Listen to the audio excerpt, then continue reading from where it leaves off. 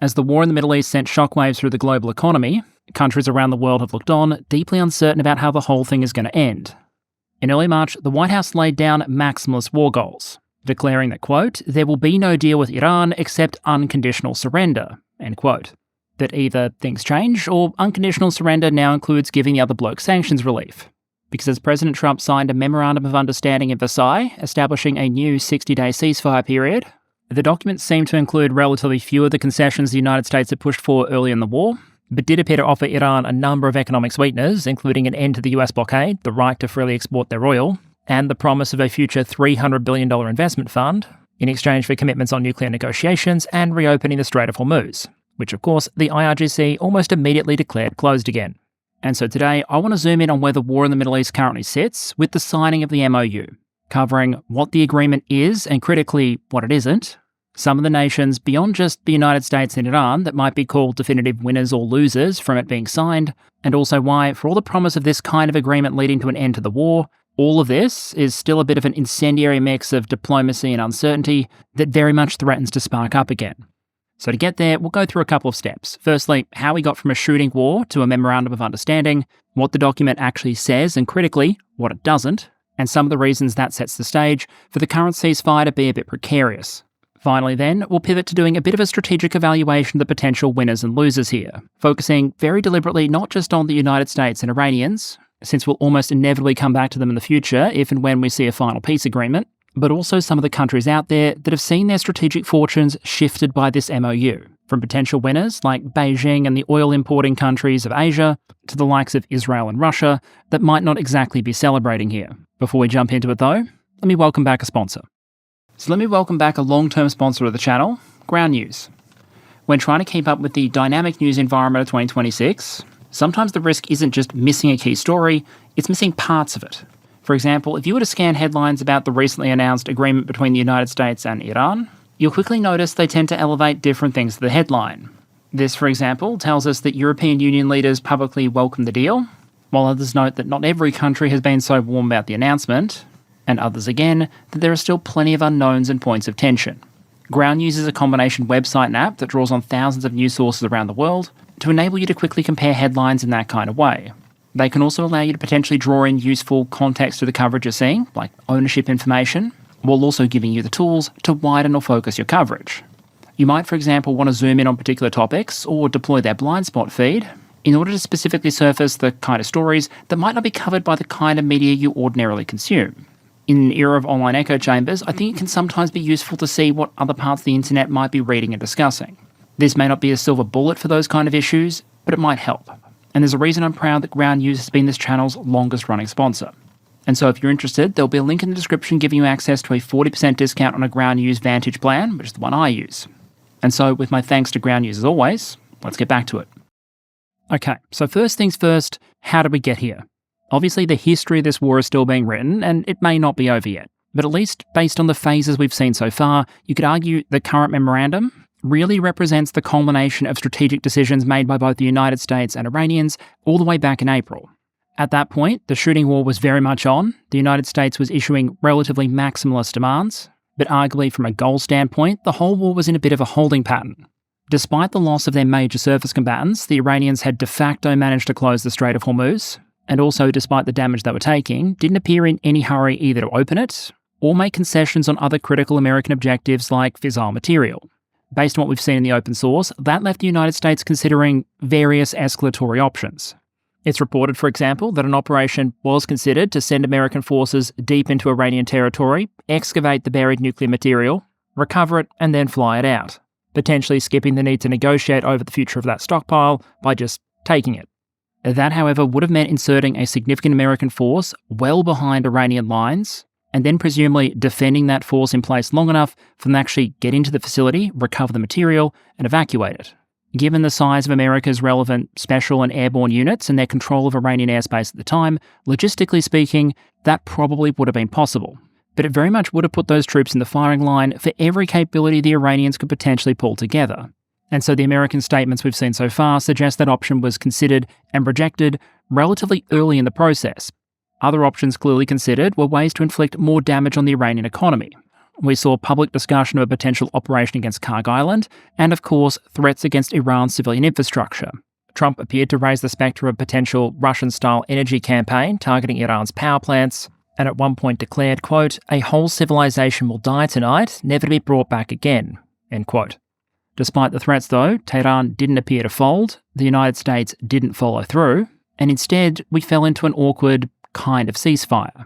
The air and missile campaigns on both sides stopped, but the economic coercion didn't. The IRGC kept their fingers on the strait, making it difficult for any traffic that didn't have their permission to transit it safely, while the United States instituted a blockade of Iranian ports, which made it difficult for their tankers to get out. Both sides managed to get some cargoes out, despite the other's efforts, but the net result was the strait remained mostly choked. A major point to make here is that while global oil prices were elevated during this phase, they hadn't exactly gone orbital. And one of the reasons for that is that countries and companies around the world were rapidly burning down their oil inventories. Nations were releasing supply from emergency reserves, floating stranded oil at sea was being offloaded and consumed, and storage tanks around the world were suddenly looking emptier than they had been in a long, long time.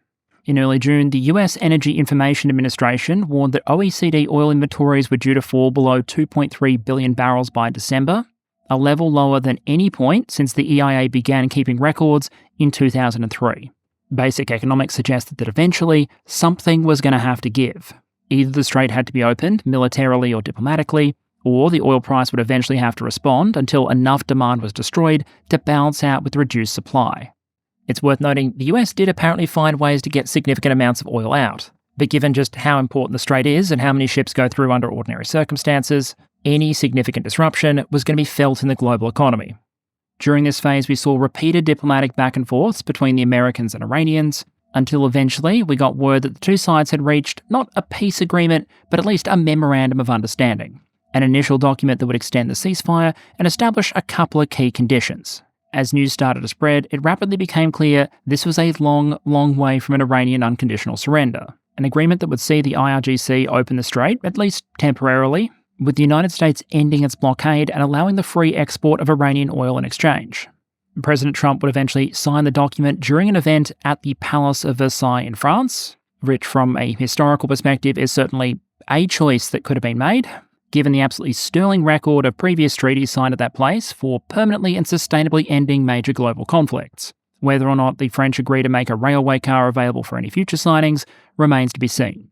Which gets us to the incredibly important piece of paper here, the document both powers signed, albeit digitally apparently, as they don't appear to have been keen to get into the same room at the same time. Perhaps, understandably, in the information environment of 2026, we've seen both sides project a very different characterization of what was agreed.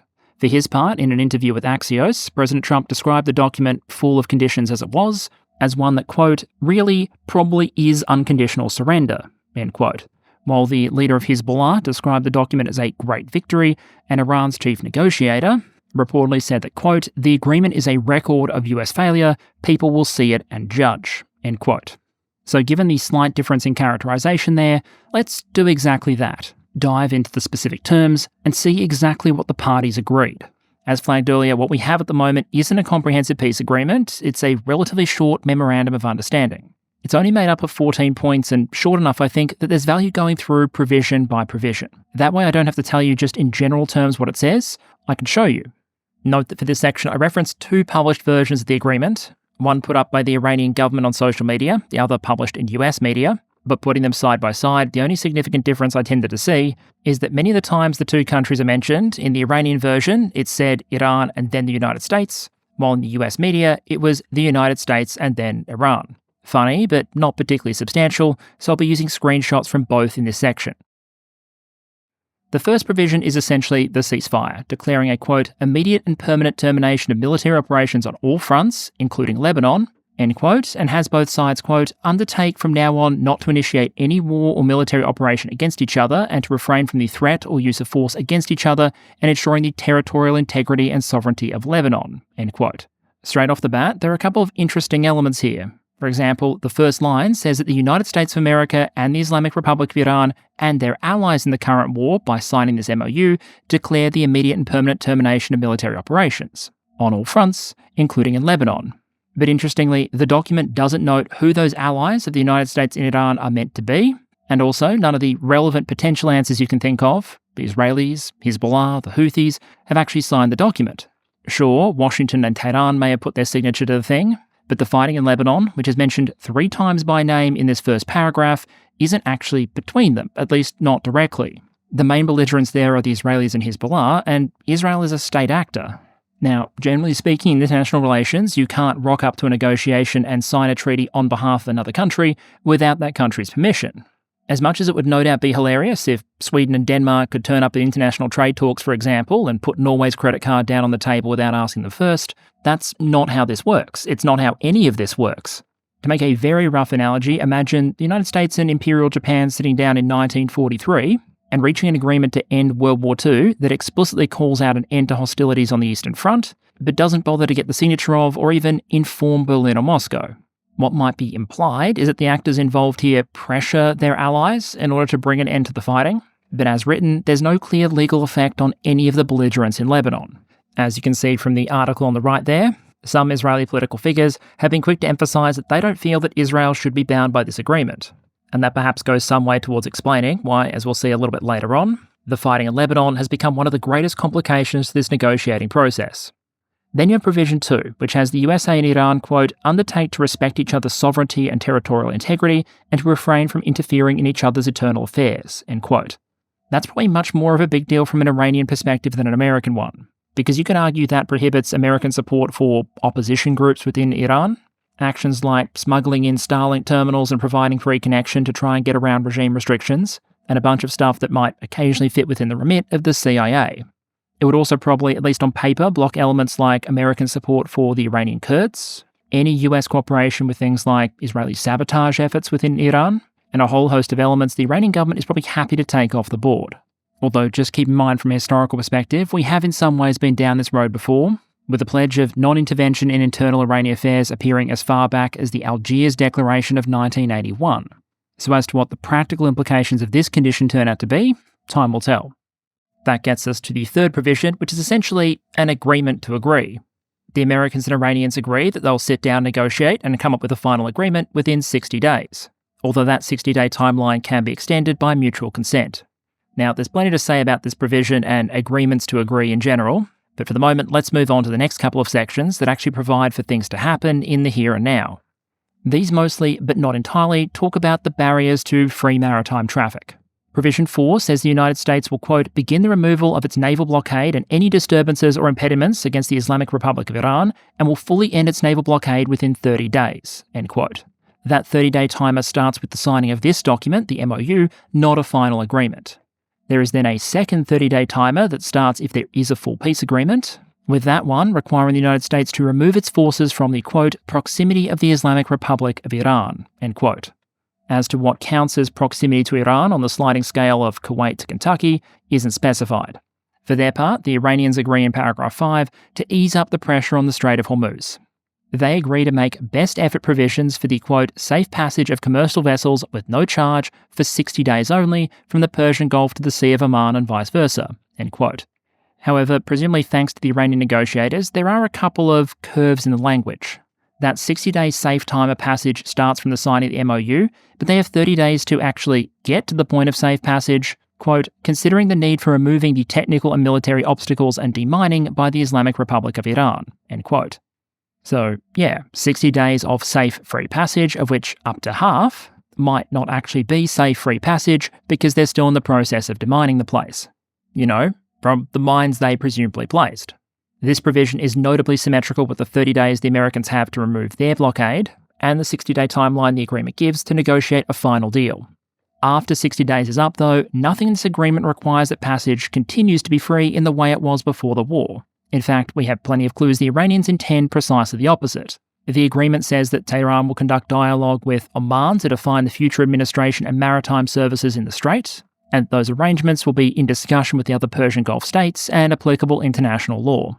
We've already seen some Iranian figures come out and say it is their intention to start charging at some point after the 60 days are up, only it won't be in the form of a toll, which is a no-no from the perspective of international law. No, it will be in the form of service fees, money that Iran and Oman collect in reflection of the services they provide to ships passing through the strait. A big potential example here is insurance, with the Iranians now claiming that ships transiting through the strait have to have insurance approved by the Iranians, and that while that insurance may for the moment be free, there's no guarantee it will be in the future. In the absence of a follow-up agreement then, it might be the future of the Strait of Hormuz is to be more open than it was during the war, but less freely open than it was before the start of the bombing campaign. Now, of course, in exchange for reopening the strait and its cooperation on some of the other provisions, there are some sweeteners here for the Iranians, especially if you look at paragraphs 6, 10, and 11. Provision 10 is the most immediate form of financial relief. It says the United States of America undertakes that immediately upon the signing of the MOU, so already, and until the termination of sanctions, the US Department of the Treasury will issue waivers for the export of Iranian crude oil, petroleum products and derivatives, and all associated services, including banking transactions, insurances, transportation, etc. Summary, just for signing this memorandum, Iran gains the right to freely export its oil to the international market, something it has not been able to do for a long time, and something it couldn't do before the war started. As you can see on the right, the US also offers another financial boost to the Iranians in 11. There, the United States commits to making fully available to the Iranians any frozen funds, with Iran's central bank being able to dictate the final recipients and America committing to issue all necessary licenses and authorizations. This is a case of the devil being in the detail though, because unlike with oil sales that can start as soon as the MOU is signed, here the apparent intention is for the US and Iran to negotiate the procedures for releasing those funds after the implementation of the MOU. In Section 7, quote, the United States of America undertakes to terminate all types of sanctions against the Islamic Republic of Iran, including the United Nations Security Council resolutions, IAEA Board of Governors resolutions, and all unilateral sanctions on Iran as part of a schedule agreed as part of the final deal. Continuing a general theme of the MOU, this is another provision that ropes in other actors. UNSC sanctions are binding on all UN members, including the likes of China and Russia, and the United States can't unilaterally terminate those sanctions without a resolution by the UNSC, something other members of the Security Council might want to have something of a say in. With veto power France, for example, hinting that they might stand in the way of any removal of those sanctions unless they see sufficient movement on the issues that caused the Council to agree those sanctions in the first place. So if you're keeping track at home, the MOU between these two countries is at least partly reliant on the Israelis and Hezbollah behaving a certain way in Lebanon, the members of the UN Security Council and other multilateral institutions choosing to vote a certain way, the United States Congress, which would need to vote to remove some of the existing US restrictions on Iran, agreeing to do so if directed, and it also seems to rely on other countries and companies not party to the agreement agreeing to put up money, a lot of money. And this one probably wasn't on anyone's bingo cards at the start of the war. It reads, quote, the United States of America undertakes with regional partners to develop a definitive, mutually agreed plan with at least $300 billion for the reconstruction and economic development of Iran. The mechanism for implementation of this plan will be finalised as part of the final deal within 60 days. All required licenses, waivers and permissions needed for the relevant financial transactions will be granted by the United States of America, end quote. In response to some of the pushback around that very large number, which is about 100% of Iran's current GDP, we've seen some American figures, like the Vice President, push back on the idea that this is some kind of reparations payment. Instead, he characterised it as an investment fund the Iranians might have access to if they live up to the terms of the agreement. They've also stressed the United States itself won't be committing taxpayer dollars to this fund, and instead, it's mostly going to be money coming from the Gulf. Reading the language, though, you're probably once again left with a couple of questions. For one, what if the other partners don't want to put up the money? They haven't signed the agreement. So is the US planning on forcing them? Will they underwrite the agreement if the fundraising comes up short? And what if the Iranians and Americans can't agree on an implementation plan within the named 60 days? So once again, you arguably have the problem of the agreement basically being to come to an agreement. There are also potential issues with characterising this just as an investment fund, not as reparation payments or something that might potentially support Iranian military reconstruction. And that just comes down to some of the practicalities of how investment, let alone in a country like Iran, often work. For example, US Vice President J.D. Vance gave this hypothetical. Referring to the UAE, he said, quote, let's just say they would like to invest in building a power plant. That's actually impossible right now because of the way US sanctions work. So what we're saying is that if you behave, and if the Emirates themselves want to build a power plant, then we will do the sanctions relief necessary to make that possible, end quote. So, okay, let's roll with that very obviously non-military example. How do you potentially get from building a power plant with foreign investment money to a potential windfall for other activities of the Iranian state? Well, my first question would be, who physically builds the thing? Who are the contractors? Who sells the supplies? It might be the UAE's money, but not Emirati materials or labour. In the Iranian context, a lot of economic activity, especially when it comes to large-scale construction, is actually tied to the IRGC. The KAA, for example, the Hatam Al-Anbiya Construction Headquarters, a sanctioned IRGC-owned company, is engaged in plenty of large-scale civil and military construction projects. So it'd be very easy for them to turn overseas-funded construction projects into a revenue stream for the IRGC. There's also the risk of fiscal alternatives. Tehran looks at the situation and decides, hey, we probably do need to rebuild that power plant or construct a new one over there. But because now a foreign state or company is bankrolling the production of one over there using this massive pile of money, the Iranian budget dollars themselves can instead be directed towards other things. You know, like replacements for all those missiles and drones the Iranians just finished firing at the UAE. As for what it's imagined the Iranians will give up in future negotiations in exchange for these economic sweeteners, the key provision is probably Section 8, where Iran swears off the pursuit of a nuclear weapon. There's a lot to unpack in this one, but there's a couple of key elements. Firstly, Iran, quote, reaffirms that it shall not procure or develop nuclear weapons. Then it's agreed that the US and Iran will develop a further agreement as to what to do with the existing nuclear material that Iran already has. At minimum, that future agreement is meant to include, quote, downblending on site under the supervision of the IAEA. So, Iran pinky promises not to go for a nuclear weapon and agrees at minimum to dilute its roughly 60% enriched uranium down to a lower level that would be harder to make weapons grade quickly. The exact details of that process, though, remain to be discussed in the future. If any of that is sounding familiar to anyone listening, that's because it is. If you compare some of the Iranian commitments here to the old Iran nuclear deal, the JCPOA the United States previously withdrew from, the language is remarkably similar. In the current document, Iran, quote, reaffirms that it shall not procure or develop nuclear weapons, end quote, which is obviously very different to the old agreement where, quote, Iran reaffirms that under no circumstances will Iran ever seek, develop or acquire any nuclear weapons, end quote. Basically, the new document succeeds in replacing the word acquire with procure and drops the word seek and under no circumstances. So, arguably, not exactly a stunning concession there. The talk of downblending Iran's stock of highly enriched uranium also isn't really something new. The JCPOA established a 15-year period in which Iran could have no more than 300 kilograms of uranium enriched up to no more than 3.67%. Excess quantities they had above that had to be either, quote, sold based on international prices and delivered to an international buyer, or were to be downblended to natural uranium level.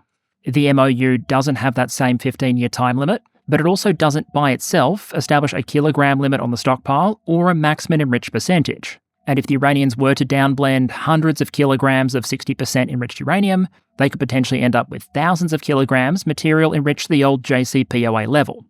A final note to make here is it's also reported that on the 26th of February, 2 days before the start of the war, the Iranians put forward an offer to forestall a potential American attack, namely, you guessed it, downblending their stockpile of 60% enriched uranium to 3.67%.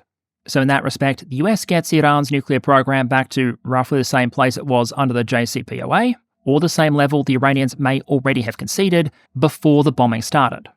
It's likely as part of the negotiation process that Washington will push Tehran to go further than that. But in the meantime, as part of Section 9, both sides agree to maintain the status quo. What that apparently means is the Iranians will maintain the status quo of their nuclear program, which might be interpreted as not restarting enrichment or trying to rush for a nuclear weapon, while the United States undertakes to, quote, not impose any new sanctions and not deploy additional forces in the region, end quote. A big question for me there would be, what's the definition of the region, and what's the definition of additional forces? If the carrier Abraham Lincoln has to move out of the region, for example, can another one take its place, or would that constitute additional forces? Kuwait is probably regional, but is Diego Garcia? Is the Indian Ocean? For me, this provision is interesting, but also somewhat vague. That gets us to the final provisions, 12, 13, and 14, which deal with monitoring and codification. 12 says the two parties will agree on a mechanism to monitor the implementation of the MOU and compliance with the final deal. 13 is about the ordering and scope of negotiations, and 14 is about what happens if a deal is reached. With both sides here committing the final deal to being endorsed by the United Nations Security Council, which would technically make it binding under international law. So, that's what's in the document. Let's talk about what isn't. Firstly, any mention or restrictions of the Iranian ballistic missile arsenal. That's notable because they figured fairly prominently in Washington's public war goals, and in the lead up to the war, Trump specifically warned about Iran potentially developing missiles that could reach the continental United States. Now though, Washington's rhetoric on the missile issue seems to have shifted. Trump recently said of Iran's missile arsenal, quote, "If other countries have them, it's a little bit unfair for them not to have some. If Saudi Arabia and Qatar, they all have some, I would say in relative proportion, I think it's okay," end quote. It's been suggested by some, including US Vice President J.D. Vance, that restrictions on Iranian missiles might be part of the negotiations to come, but the Iranians might argue that would actually be in tension with the language of the agreement. Section 13 says that after the MOU and the relevant immediate sections are implemented, the US and Iran would start negotiations, quote, "regarding the final deal exclusively on the other paragraphs," end quote. That would include things like Section 8 that deals with the Iranian nuclear program and inventory, but there is no section dealing with ballistic missiles. So you could argue that as far as the MOU is concerned, that's not what the negotiations are meant to be about. Other than the reference to Iranian allies we highlighted, there's also no specific mention or restrictions on Iranian proxies in the region, like the Houthis in Yemen or Hezbollah in Lebanon. And in contrast to reported statements by American officials earlier in the war, like the one you see on the right there, apparently saying no dust, no deal, suggesting the only way out of this was for Iran to hand over its nuclear stockpile. There's no specific provision here that Iran has to hand over its stockpile of uranium after it's finished downblending it. And that arguably serves to highlight perhaps the greatest omission in this entire agreement, an actual final agreement. At its core, you could argue that a lot of this MOU basically boils down to just being an agreement to agree. Washington and Tehran saying, hey, we agree that we both really want a deal, and we both agree that we're going to reach one within 60 days. But in negotiations, often the hard part isn't agreeing that you want a deal, it's agreeing what the deal actually is. Kind of like saying you've reached a deal with a real estate agent to buy a house, and you only have to work out a couple of details like what house and what the price is. This agreement very clearly kicks the can down the road on a couple of key details. How much enrichment is Iran going to be able to do? That's to be negotiated. When are the sanctions going to be released specifically? That's to be negotiated. What about the terms of the investment fund? That will also be negotiated. And the problem here is, from what we're seeing in public, on a lot of these points, the two sides are still very, very far apart. US Vice President J.D. Vance, for example, publicly built up expectations recently that a final deal will go much further than the MOU. He reportedly said, quote, "The Obama deal allowed the Iranians to enrich uranium. This deal will not allow the Iranians to enrich uranium. The enriched uranium stockpile has to be destroyed." And on missiles, he would go on to say that, quote, "We do expect that as part of a final deal, they're not going to be able to build the kind of missiles that can broadly threaten the entire world," end quote. Something which might be taken to suggest some kind of range limitation on the Iranian missile arsenal. Iranian figures have been signalling, though, that a lot of those ideas are probably non-starters. So even if both sides here are saying they want peace, just as when the Russians and Ukrainians have sat down, there still appears to be a wide gulf of disagreement on what exactly that peace should look like. That suggests the next 60 days are probably set for some frenetic diplomatic activity as both sides try and reach a final deal. But the important question, I think, is, what if they don't? We've already seen threats of a resumed bombing campaign if negotiations don't ultimately bear fruit. And while the document allows both sides to agree to extend the 60-day timeline for negotiations, there are a couple of reasons to think this entire situation might be a bit unstable. To be fair, that probably sounds less prophetic now that tensions in the Straits have flared up again than it did when I first started recording the episode, but there are a couple of basic reasons that an agreement like this is probably going to be unstable. Firstly, just the way the two sides opt to implement the MOU might generate its own share of disagreements.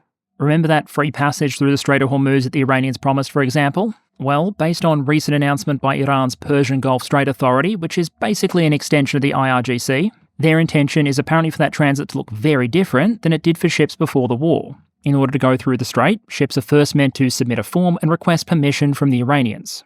That transit requires following not the old route through the strait, but a new one that goes solely through Iranian territorial waters. And it requires signing up to a list of terms and conditions that would make certain game publishers proud. And because it's me, you can bet I went to that Iranian website and read the T's and C's. Here, ships agree they will use the Iranian corridor and only the Iranian corridor. They will carry insurance that is approved by the Iranians, and if in the future the Iranians decide to start charging a fee for that insurance, they'll have to pay it. Noting that while that coverage is provided free of charge at the moment, the document explicitly says that, quote, "The PGSA reserves the right to introduce insurance fees in the future, which will be determined by the relevant insurer. Owners will then be required to purchase and renew coverage accordingly." Also, you agree the governing law for the insurance agreement is Iranian law, so if you have a problem with anything, good luck suing the IRGC, somewhere where their opening argument can be expressed at 600 rounds a minute. And even for shipping companies that might be interested in going along with this in order to get their ships through the strait, there is one final complication. According to the Iranians, in order to go through, you have to deal with the PGSA, But since the PGSA is an internationally sanctioned entity, shipping companies might be worried that trying to keep the Iranians happy might get them in trouble elsewhere. As one major tanker only reportedly put it, quote, "It's madness, the whole situation is a mess," end quote. One imagines this probably isn't what the Americans were hoping for when they got the Iranians to agree to the opening. The second issue is that a lot of critical points, including around the nuclear issue, have been kicked down the road to these negotiations. There are few indications the two sides have come closer together on them, and 60 days really isn't a lot of time to negotiate something this complex. Previous agreements have been the product of months or years of diplomatic wrangling, and for a final deal to work, it'll have to be a lot more specific and detailed than the 14 points of the MOU. And even if negotiators on both sides do think they can come to an agreement, that still leaves you with issue 3, domestic opposition on both sides. In Tehran and Washington DC, not all relevant figures have been overjoyed with what they've seen out of the MOU. Republican Senator Bill Cassidy, for example, reportedly said, quote, "Reagan is rolling over in his grave. Iran's nuclear ambitions were not curbed, and they've learned that threatening the Strait of Hormuz works and will undoubtedly leverage it in the future. Now Iran gets to build brand new infrastructure under this deal," end quote. Meanwhile, over in Iran, some hardliners found a way to express mild disagreement with what they were seeing by reportedly standing outside a foreign ministry building and chanting words to the effect of "death, death to the negotiators." What that suggests is that in order to reach an actual agreement, both sides will need to come to terms not just with each other, but their domestic political flanks back home. And even if they can manage that, there is still one final set of moving parts. As we discussed near the start, in order for this to work, other countries that haven't signed off to this agreement have to act in certain ways as well. If Iranian proxies launch attacks or the Israelis continue their operations in Lebanon, for example, the whole thing may be on the rocks. And while we have officially seen a ceasefire in Lebanon, to say it's been shaky would be an understatement. We haven't so much seen a ceasing of fire there as a varying reduction in it. There have been casualties since the MOU, and even if the shooting does stop, tensions remain over whether or not Israeli troops will remain in Lebanese territory. The core point here is that while the US and Iranians might have a memorandum, they might still be a long way from an understanding, which means when we're trying to evaluate whether countries have won or lost out of the MOU, we're really making a point-in-time evaluation, one that could swing wildly based on whether or not a final agreement is actually reached, and if it is, what that looks like. If we do take the MOU as it is though, what can we say about who's potentially won or lost from a strategic perspective? Because there's so many ways to interpret whether a country has won or lost out of a given scenario, whenever this kind of question comes up, as it often does with the war in Ukraine, I've generally tried to deploy a couple of different measures. The question of whether a country achieved its stated objectives is different to how did it perform relative to its stated resources, which is different to is it in a better or worse strategic position after a war than it was before it.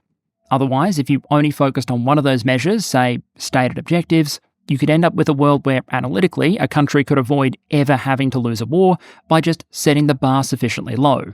Meanwhile, if you only focus on how effective their military performance was relative to the resources they had available, you can easily lose sight of the grand strategic picture and the fact that wars can be won and lost at the negotiating table as much as they are on the battlefield.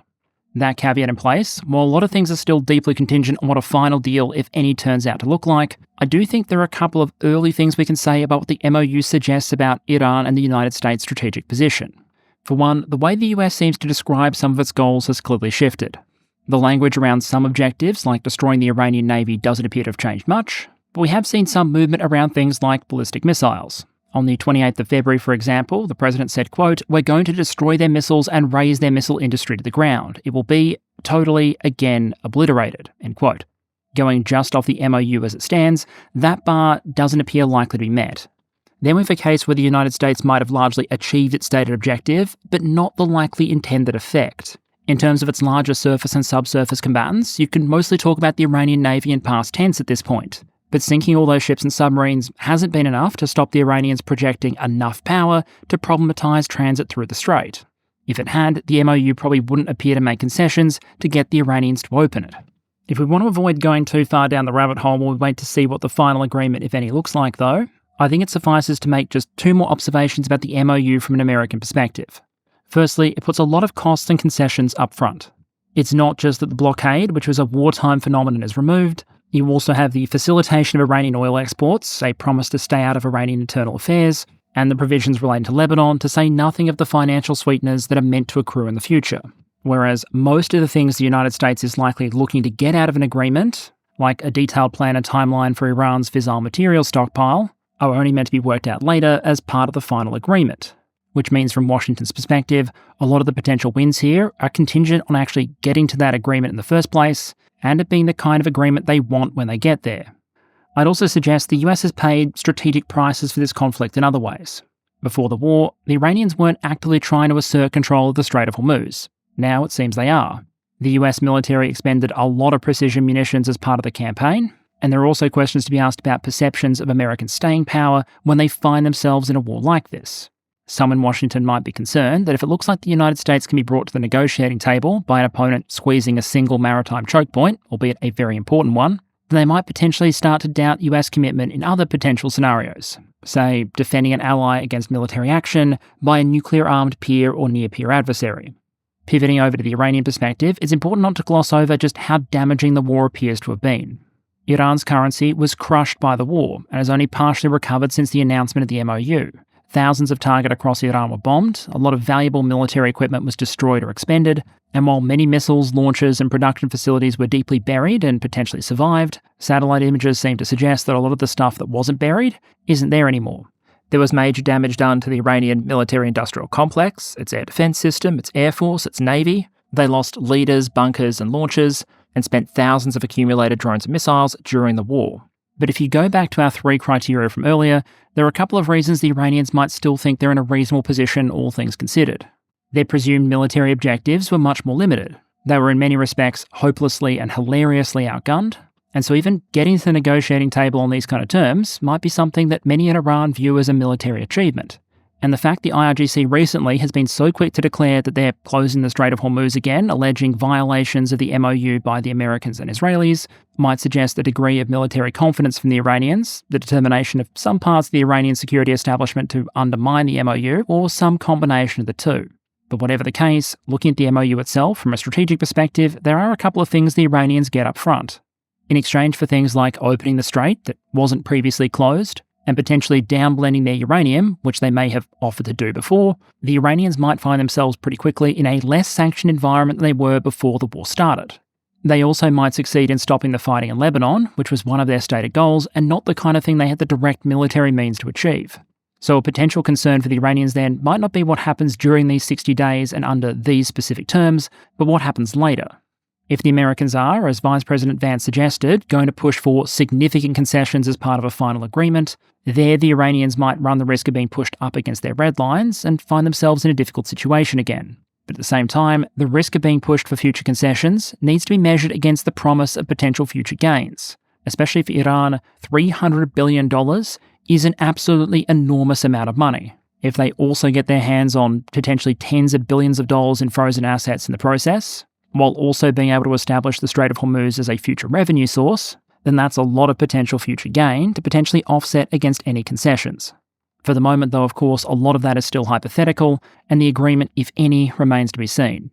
One final thing they do unambiguously get, though, is potentially time. Time to export what oil they can during the 60-day lull, time to reorganise their military after the aerial bombardment, time to reconstitute their leadership, plan for what happens next if the fighting does resume, time to potentially try and put their air defense system back together after American C-out and D-out efforts. It's still deeply uncertain what exactly Iran will get and what it might have to give up as part of a final agreement, but if nothing else, the MOU does give them a little bit of economic and diplomatic breathing room in the here and now. Even just at the MOU stage, though, I'd argue if you look beyond the Americans and the Iranians, there are a couple of countries who've seen their strategic circumstances swing as a result of the agreement, with one of the key losers arguably being the Israelis. It's interesting to note that during the American briefings that took place during the kinetic phase of the war, we often heard from Washington about the importance of the Israeli alliance and cooperation between American and Israeli forces. During the negotiation process in Pakistan, though, Israel reportedly wasn't at the table. The United States took the lead, and the Israelis reportedly didn't see the MOU until after it was signed. That arguably left the Israelis cast in a very junior role in the negotiating process, with Washington hammering out terms, some of which related to Israeli military actions, without the Israelis getting to see the terms. Once the terms did become publicly known, a lot of the response we saw out of the Israeli media was overwhelmingly negative.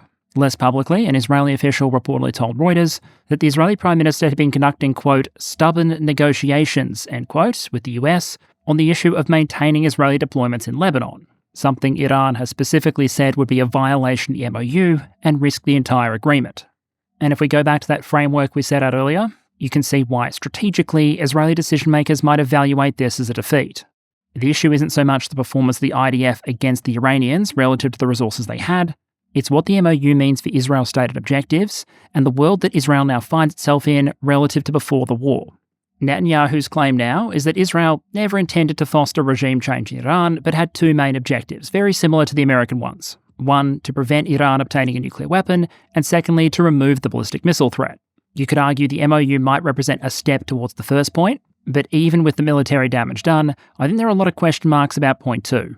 You'll recall the Israeli contention before the war was that Iran was rapidly building up its missile stock, and one of the reasons they had to attack now was if they waited too long, the missile inventory would reach critical mass, the point where it could potentially saturate Israel's missile defense system and constrain their ability to act.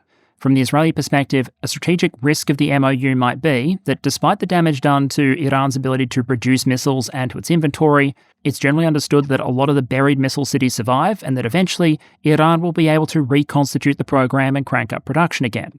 Maybe that would take years and significant investment given the damage that was done to the inventory and production facilities, but the Iranians have succeeded in regenerating their missile arsenal before. Where the MOU potentially comes in is firstly, not appearing to place constraints on Iran's ability to do that.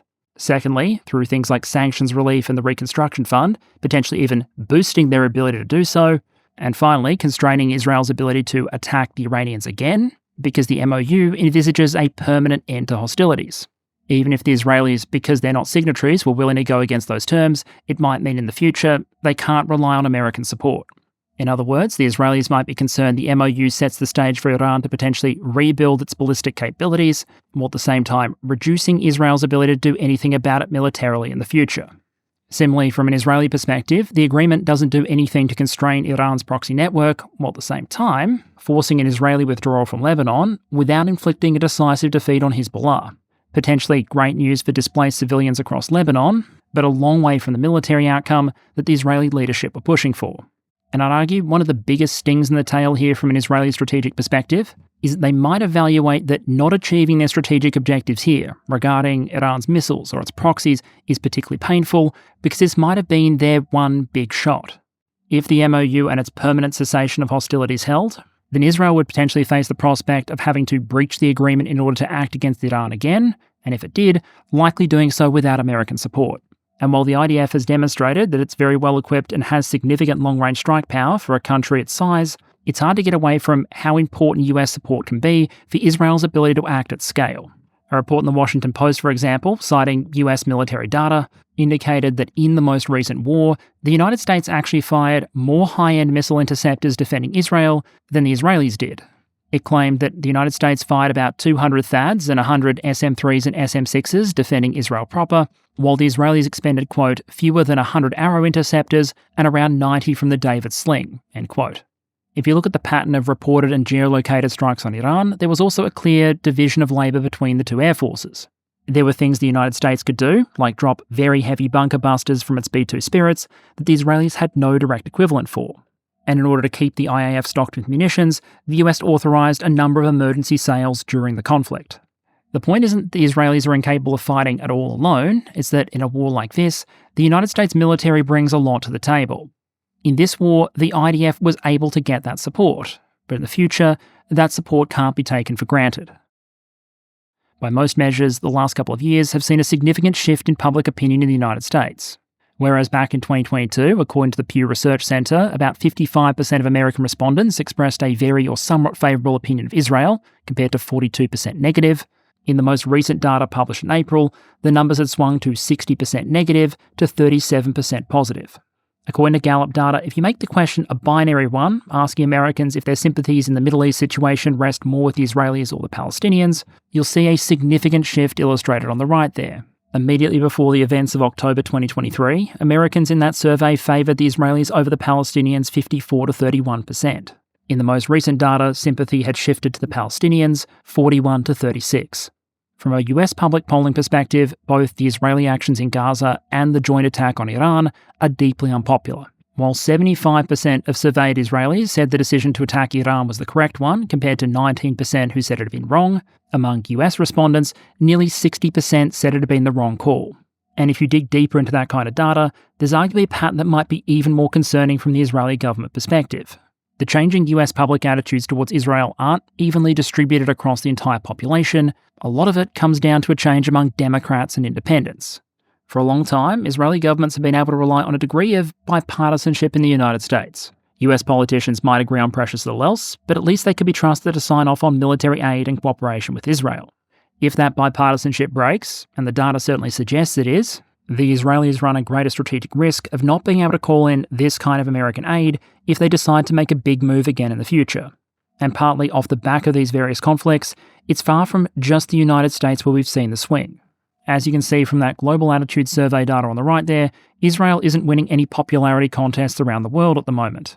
Germany, for example, is a key arms supplier and buyer from Israel, supplying the country with its submarines and purchasing Israeli missile and air defense systems in return. There, negative public opinions of Israel now outnumber positive opinions by more than 3-1. Over in Asia, most of the results are even more steeply negative, with India standing out as one rare exception. Japan shows 83% unfavourable, South Korea 70%, and in key regional player Turkey, the figure is 97% unfavourable to 1% favourable, making Israel less popular in Turkey than Russia is in Poland. But Perun, you might be asking, why bring up all of this and what's the relationship with the MOU? The answer is fairly simple. The less soft power Israel has, the less likely it's going to be able to convince foreign leaders to act in accordance with its interests. Even if a European leader, for example, might want to back a particular Israeli action for cold strategic purposes, they might find that very difficult to do if public opinion is 80% negative. Vice President J.D. Vance arguably put the point in rather stark terms, saying, quote, "If I was in the cabinet of the Israeli government, I might not be attacking the only powerful ally that I have anywhere left in the entire world." End quote. Israel relies on foreign supports and partnerships from the United States for everything from military assistance, including access to top-of-the-line technology like the specialized Israeli version of the F-35, to diplomatic backing, like the US pushing for Israeli-Saudi normalization, which is not the kind of thing the Saudis would likely consider if it was only the Israelis asking for it, and also critically to help shield Israel in forums where it doesn't have a lot of power. In the United Nations Security Council, for example, the US has vetoed more than 50 resolutions critical of Israel since 1972.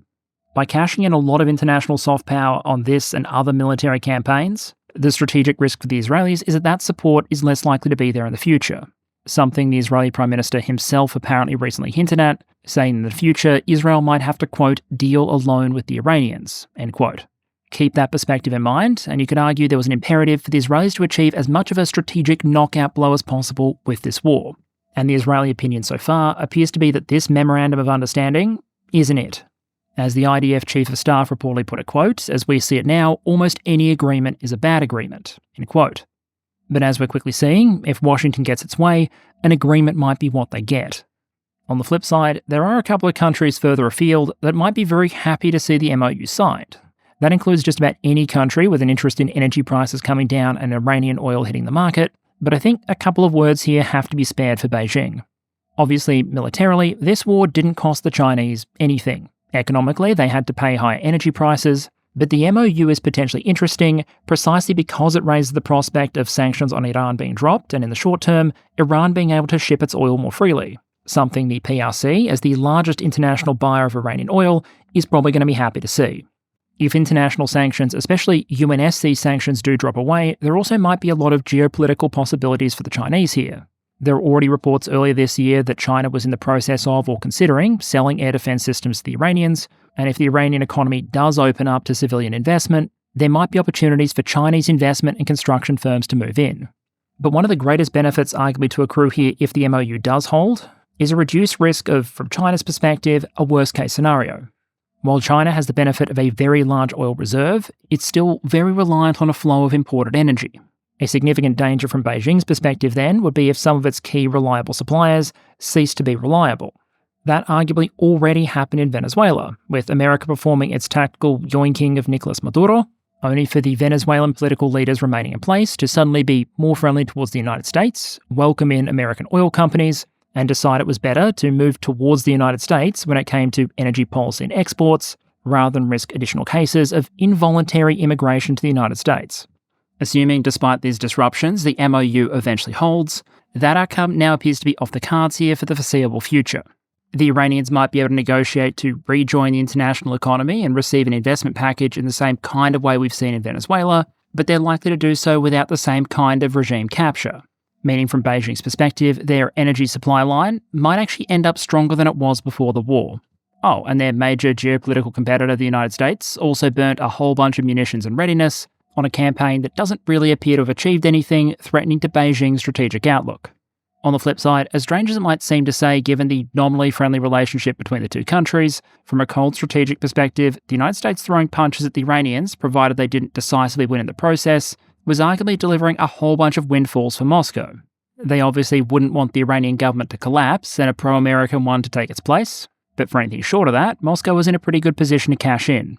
The massive spike in energy prices has been a huge budgetary lifeline for the Russians exactly when they need it most. Reuters reported that in May, Russia's oil and gas revenues were up about 39% year-on-year, despite everything the Ukrainian long-range strike campaign was throwing at the Russian energy sector. Ultimately, the higher prices and American sanctions relief on Russian energy exports were just too significant even for the ramped-up drone campaign to completely counteract. It was an enormous piece of budgetary good news in the context of an avalanche going in the other direction.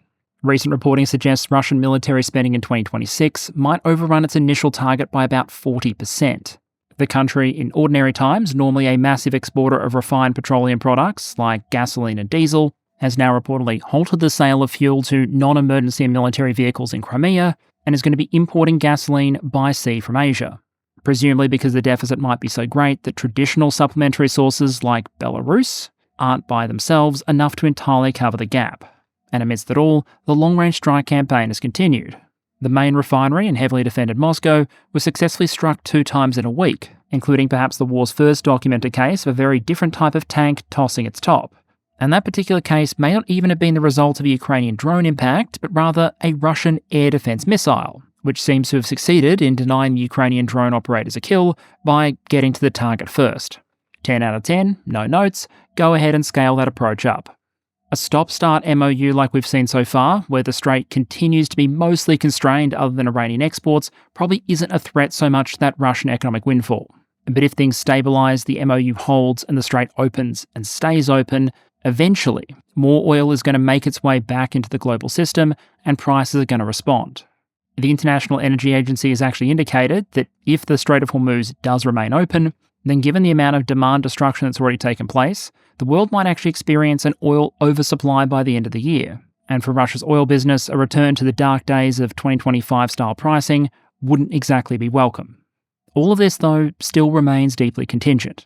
The MOU represented a step towards the end of the war, but it's a long way from actually being one. And as the last few days and slightly delayed release schedule for this episode very clearly demonstrate, it's not exactly a stable or guaranteed path to peace either. From where we stand now, breakdowns or extensions are very likely outcomes. We have already seen threats exchanged, accusations of breaches, meetings called off and then called on again, and even if there are stable periods where both sides are actually sitting down and talking, there is an enormous amount of very contentious ground to cover and not a lot of time apparently to do it. Plus, you have to factor in that in the background, there'll be a lot of parties in Iran, in Israel, or the United States who actively oppose this agreement and might be looking for an opportunity to torpedo it. So be prepared for a lot of this to potentially be obsoleted quickly as the situation continues to evolve. But I don't think that means we can't take anything out of the MOU process we've seen so far. It's confirmed pretty clearly that Washington wants this war to be over at this point and is willing to offer significant sweetness to get there. But whether that's enough to get the Iranians to ultimately sign on the dotted line, and whether other relevant actors like Iran's allies in the region or the Israelis will go along with the process, as is so often the case, only time will tell. And okay, time for a brief channel update to close out. Apologies for the delay on this one. It's always a peril when covering ongoing events like this one. And while I very much didn't want to announce the delay, it would have felt very strange to put up an episode discussing potential disruptions of the MOU as a pure hypothetical after the IRGC had already alleged violations and declared the Strait of Hormuz closed again. I expect that won't be the first hiccup during the 60-day MOU period, but of course time will tell. In order to keep things a bit more predictable then, we'll pivot back to Ukraine for the episode this coming Sunday, and then beyond that, it should be back to regularly scheduled programming at least for a couple of weeks. In other news, patrons, thank you for all your suggestions for the Q&A episode. I'm now mostly treating that as closed as I work on some of the ones that have been selected, and once I have a target release date for that one, I'll be sure to let you know. Also, per and gaming people, you should be seeing or already have seen conclusions to the Solar Expanse and ICBM series in the near future, so stand by for a couple of announcements next week on what you might be seeing next. That's all for the moment. Thank you very much all of you for your ongoing support and engagement, and with any luck, I'll see you all again later this week.